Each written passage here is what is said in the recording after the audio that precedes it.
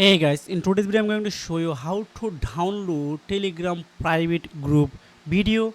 First, I create a private group. This is a, you can see here are no download button available, but I have a secret way. Just go to your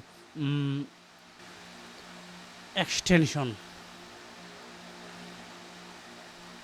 and click on here. Then you need to add to Chrome, then again continue, again add extension. Wow, it's already added. So just go here, then just turn on. So you can see this is a stream. Just turn on. Wow, open Telegram web. So now you can refresh your PC.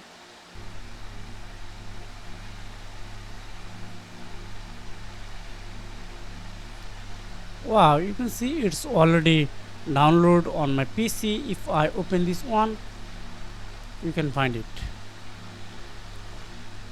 It's very easy work. So if you have found this video helpful for me, make sure like and subscribe this channel. So you can take care. Goodbye.